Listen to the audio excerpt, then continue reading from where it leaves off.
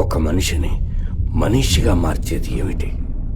అతని పుట్టుక, పెరిగిన వాతావరణమా, లేదా వివరించలేని వేరే కారణం ఉందా? ఈ సందేహం నాకు 1944లో వచ్చింది. స్కాట్లాండ్ దేశపు తీర ప్రాంతంలో మూఢనమ్మకాలున్న నాజీలు పోరాడుతూ ఉండేవాళ్ళు.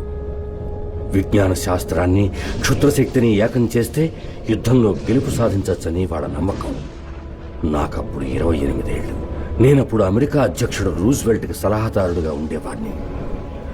ఆ రోజు విచిత్రమైన పరిణామాలు జరుగుతాయని నేను కొంచెం కూడా ఊహించలేదు. ఆ రాత్రి చరిత్రను మాత్రమే మలుపు తిప్పలేదు, అనూహ్యంగా నా జీవితాన్ని ఒక మలుపు తిప్పింది.